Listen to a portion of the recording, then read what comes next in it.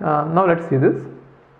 4 processes are given, and allocated matrix is given, and maximum requirement is given, but future need is not given. That is what we are supposed to guess.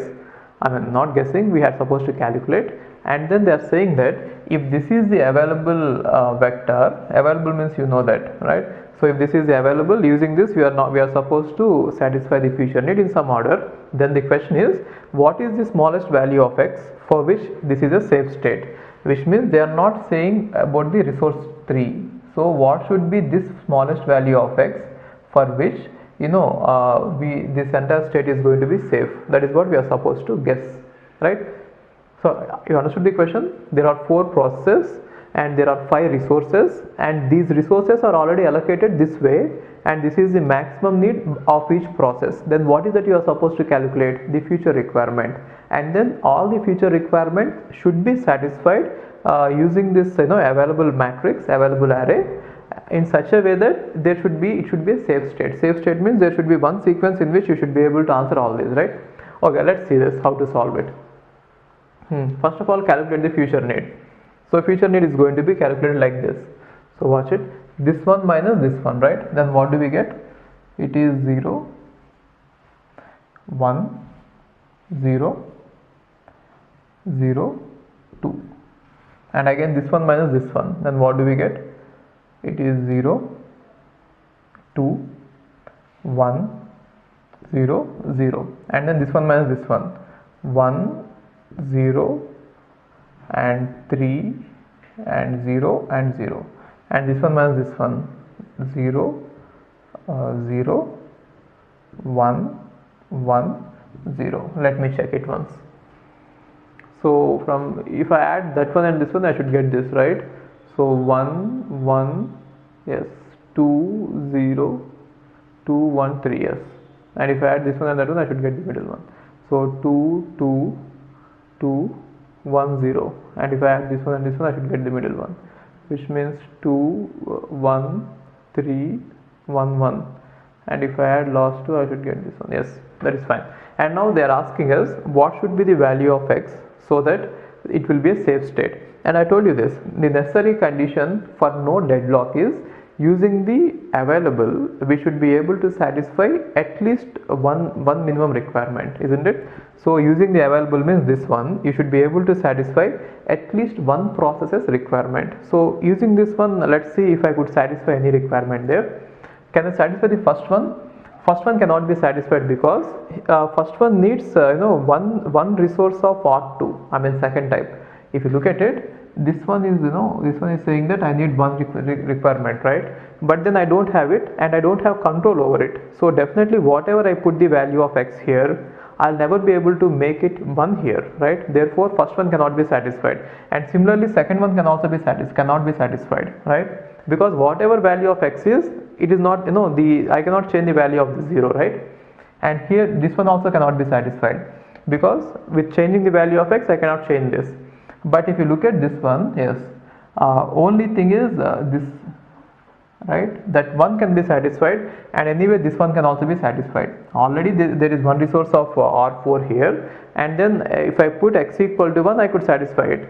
So the first condition is using the smallest possible value of x, I'll try to satisfy one process requirement, and then let me see how many resources I get because that process is going to release some resources, right? So from that I'll see what will be the new available, right? I'll go like that. So I'm assuming that initially if I put x equal to 1, maybe I'll be lucky, in the sense that I'll be able to satisfy all the needs. Then the smallest value of x is 1.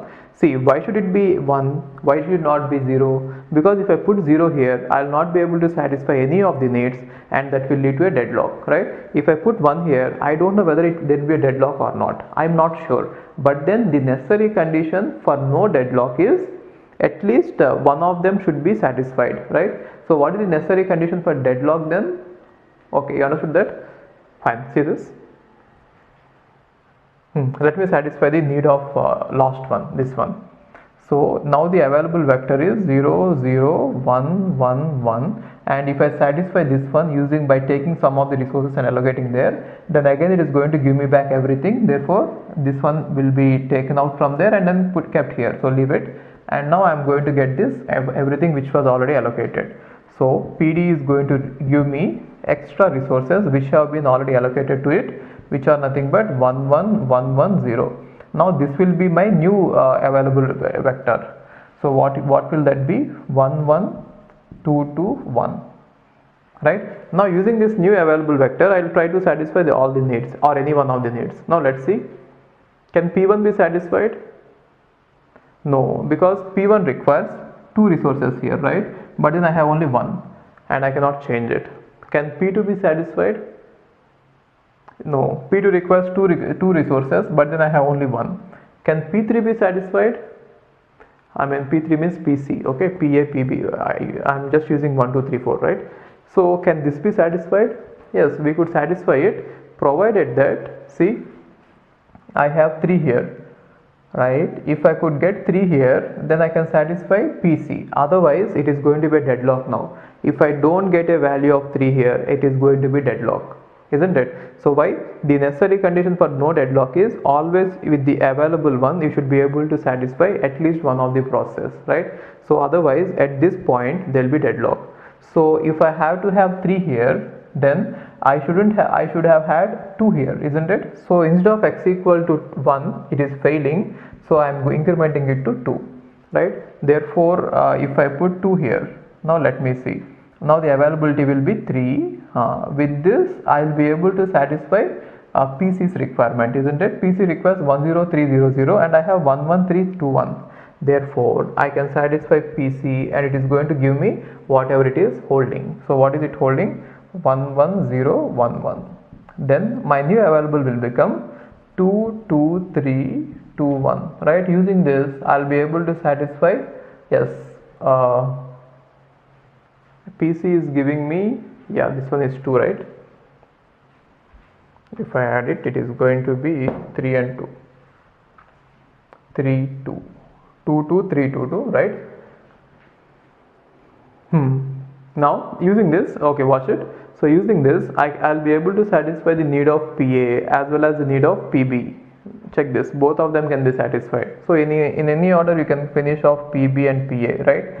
So if I have x equal to 2, the minimum value of x equal to 2, I'll be able to satisfy all the needs, and therefore for the safe state the minimum value is 2. That is the answer. Got it? Okay.